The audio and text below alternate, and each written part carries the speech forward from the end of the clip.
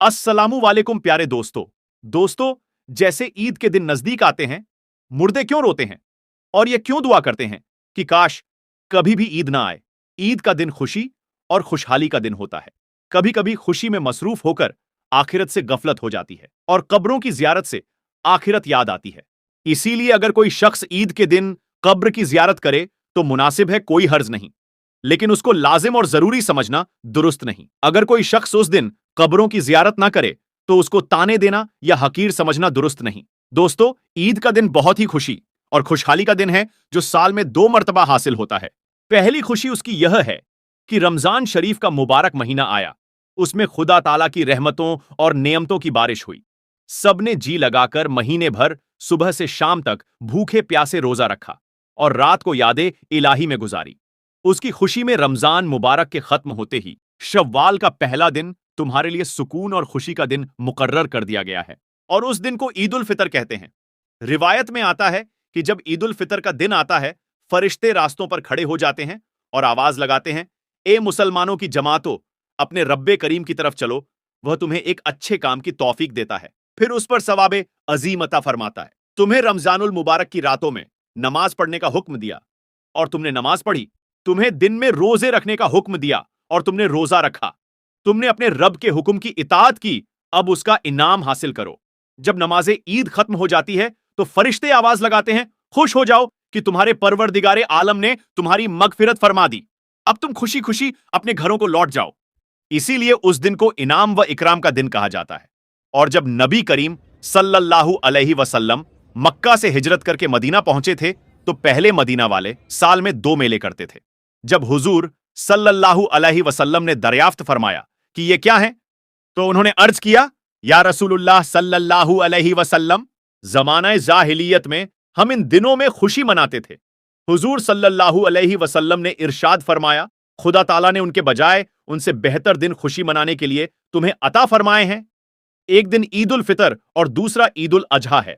ईद के दिन 2 रकात नमाज वाजिब है। जिन लोगों पर जुमे की नमाज फर्ज है, उन्हीं पर ईद की नमाज भी वाजिब है। और जो शर्तें जुम्मे की नमाज की है, वही ईद की नमाज की भी है। मगर ईदेन में नमाज का खुतबा नमाज के बाद पढ़ा जाता है और खुतबे का पढ़ना और सुनना सुन्नते मोकदा है। और ईद की नमाज के लिए अजान और तकबीर नहीं, बल्कि आफताब बुलंद होने के बाद सब मुसलमान एक जगह जमा हो। जब सब जमा हो जाएं तो इमाम उनको 2 रकत नमाज पढ़ाए और हर रकात में 3 जायद तकबीरें भी कहीं जाएं। इन जायद तकबीरों का कहना इमाम और मुक्तदी दोनों पर वाजिब है। उसके बाद इमाम मिंबर पर खड़े होकर खुतबा पढ़े। अब बात यह है कि ईद तमाम जीते जागते इंसानों के लिए तो खुशी का दिन है, लेकिन मुर्दा लोग यह क्यों कहते हैं कि काश कभी भी ईद ना आए। हम लोग तो ईद की खुशी मना रहे होते हैं, लेकिन मुर्दे ईद आने का गम क्यों मनाते हैं। कुछ मुर्दे ऐसे हैं जो ईद के आने पर बहुत दुख में आ जाते हैं और बहुत मुसीबत उनके ऊपर आने वाली होती है। इस वजह से वह लोग बहुत परेशान होते हैं। जब हम लोग इधर उधर शॉपिंग कर रहे होते हैं, घूम रहे होते हैं, हम लोगों को ईद आने की खुशी होती है कि ईद जल्दी आ जाए, लेकिन मुर्दों को ईद आने का दुख होता है।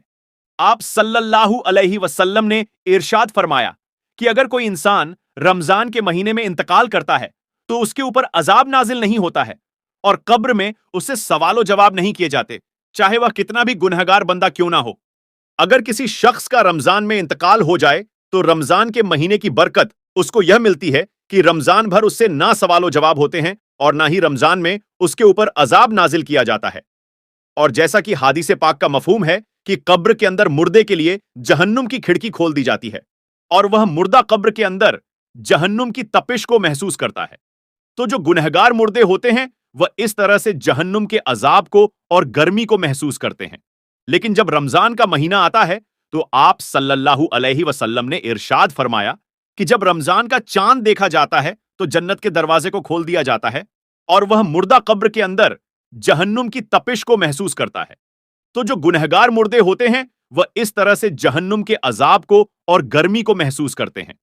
लेकिन जब रमजान का महीना आता है तो आप सल्लल्लाहु अलैहि वसल्लम ने इरशाद फरमाया कि जब रमजान का चांद देखा जाता है तो जन्नत के दरवाजे को खोल दिया जाता है और जहन्नुम के दरवाजे को बंद कर दिया जाता है।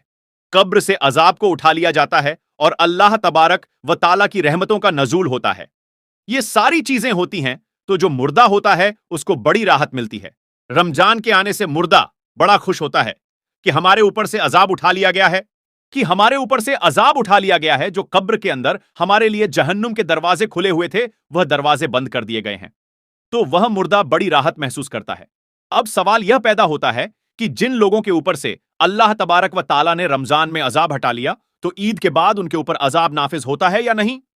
तो मेरे दोस्तों, कुछ मुर्दे तो ऐसे होते हैं जिनके ऊपर अजाब नाफिज नहीं होता, लेकिन बहुत सारे मुर्दे ऐसे होते हैं जिनके ऊपर ईद के दिन ही, जैसे ही रमजान का महीना खत्म होता है, फौरन ही उसी तरह से अजाब शुरू हो जाता है, जैसे पूरे साल वह लोग कब्र में सजा और अजाब भुगत रहे होते हैं और वो मुर्दे फिर से अजाब में मुलव्विस हो जाते हैं। कुछ उलेमा का फरमान है कि जब कोई इंसान रमजान के महीने में इंतकाल करता है, उससे कब्र में सवालों जवाब नहीं होते, और जब एक मर्तबा अल्लाह तबारक व ताला किसी के ऊपर से अजाब को हटा ले, तो फिर दोबारा उन पर अजाब नाफिज नहीं करता, बशर्ते कि उसके लिए कोई ईसाले सवाब कर रहा है या मंत्र की दुआ कर रहा हो। हर मुर्दे को उसके आमाल के मुताबिक सजा दी जाती है। जो लोग मुसलमान होते हैं और गुनाहगार होते हैं, तो अल्लाह तबारक व ताला उनको उनके गुनाहों की वजह से सजा देता है, और जब अल्लाह तबारक व ताला चाहता है तो उनको माफ कर देता है और रमजान में उनसे अजाब हटा लेता है। और फिर अल्लाह तबारक व ताला अगर चाहे तो उनको माफ कर दे, और अगर चाहे तो फिर उनको अजाब देता है। और जो मुसलमान नहीं होते बल्कि काफिर और मुशरिक होते हैं, तो अल्लाह तबारक व ताला का उन पर रमजान के बाद फिर जैसे ही ईद का चांद नजर आता है, उन पर अजाब मुसल्लत कर देता है, और वो फिर पूरा साल ही अजाब में मुब्तिला रहते हैं।